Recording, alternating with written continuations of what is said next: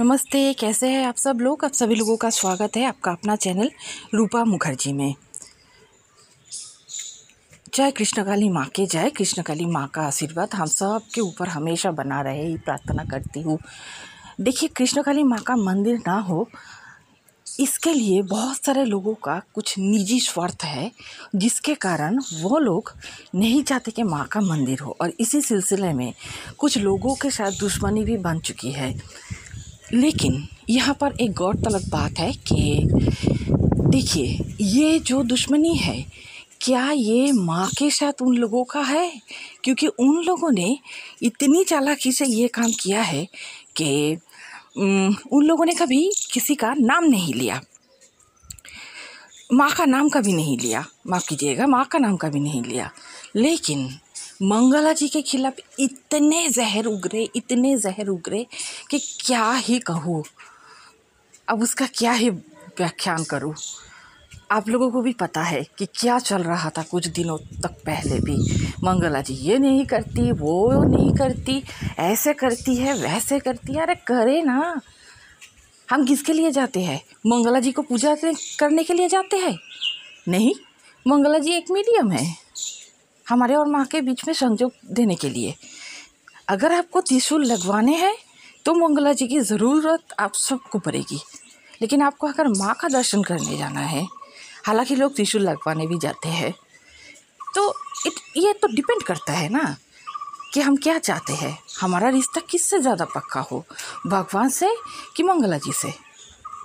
मैंने पहले भी कहा है, अब भी कह रही हूँ और बाद में भी कहूँगी, जबकि मंगला जी ने भी सीधे तौर पर कह दिया है कि वो रहे या ना रहे, लेकिन कृष्णकाली माँ का पूजा होना ज़रूरी है।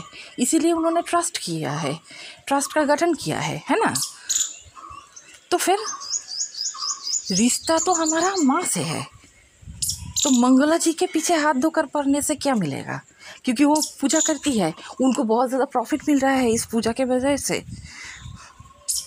ये तो अपनी अपनी सोच है, हम जान लेंगे कि मंगला जी ने इस बारे में क्या कहा है। लेकिन उससे पहले आप लोगों से एक छोटी सी निवेदन है, वीडियो अच्छा लगे तो लाइक शेयर कमेंट ज़रूर कीजिएगा, चैनल को सब्सक्राइब करके साथ रहिएगा। অমাবস্যা পড়ে যাবে, আপনারা জানেন সন্ধ্যে 6টার সময় পড়ছে না, সন্ধ্যে 6টার সময় অমাবস্যা পড়ছে। মানে এই অমাবস্যাটা আর পরের অমাবস্যায় মায়ের বাৎসরিক পুজো। ভক্তরা যদি আসতে ইচ্ছুক আপনারা আসবেন। মায়ের বাৎসরিক পুজোতে খুব বড় করে ধুমধাম করা হবে আর মায়ের ভোগ বিতরণ করে দেওয়া হবে। আর সবসময় ভক্তদের বলি যে তোমরা ভালো থাকবেন, সুস্থ থাকবেন। শরীর তো দেখো একটা জিনিস কি বলো তো, সবার তো একটা, যেহেতু প্রচুর ভক্ত দেখি তার তো শরীরটা খারাপ হয়, তাই আমি আবার ঠিক হয়ে যাই মায়ের আশীর্বাদ। তবু তো একটা কষ্ট বলে কিছু জিনিস আছে, প্রচুর ভক্ত দেখি। কাল শনিবার, কালকে বিবর্ষ ভিড় হবে, আজকেও ভিড় হয়েছে প্রত্যেক দিন। এখন শনিবার মঙ্গলবার না, শনিবার মঙ্গলবার ছাড়াও প্রচুর ভিড় হচ্ছে, আপনারা সবাই জানেন। তাই সবসময় বলি মায়ের নাম করুন। আজকে প্রচুর রোদ গরম পড়েছে, আমি বারবার বলি যে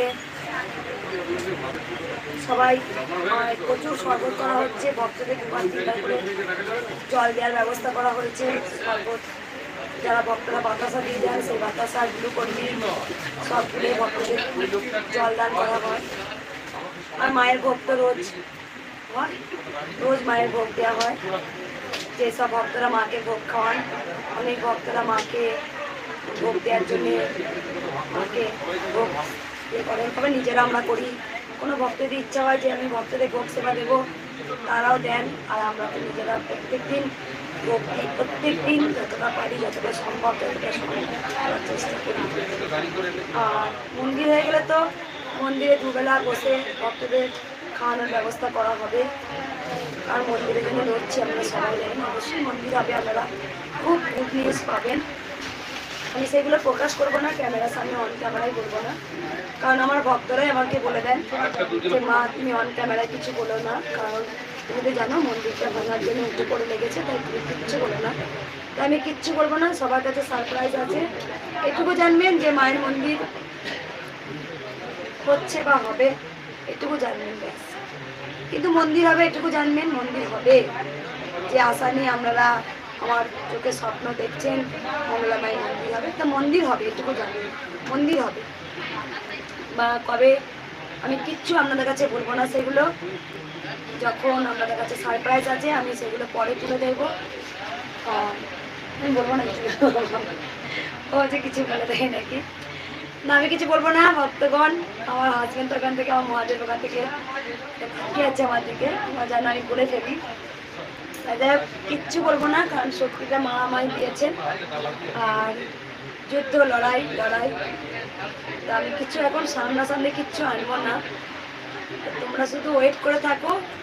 একদিন বলেছিলাম যে মা আবার আসছে, তোমরা ওয়েট করে থাকো, সারপ্রাইজ আছে, মা এসেছে বলেছিলাম তো, যখন বাড়িতে লাইভ ভিডিও করতাম যে একটা সুখবর আছে, আমি খুব হেসেছিলাম, যখন আমি কাঁদতাম তখন তোমরাও কাঁদতে, ফ্যানটা একবার অসব বন্ধ করে দিত, আওয়াজগুলো শোনা যাচ্ছে না।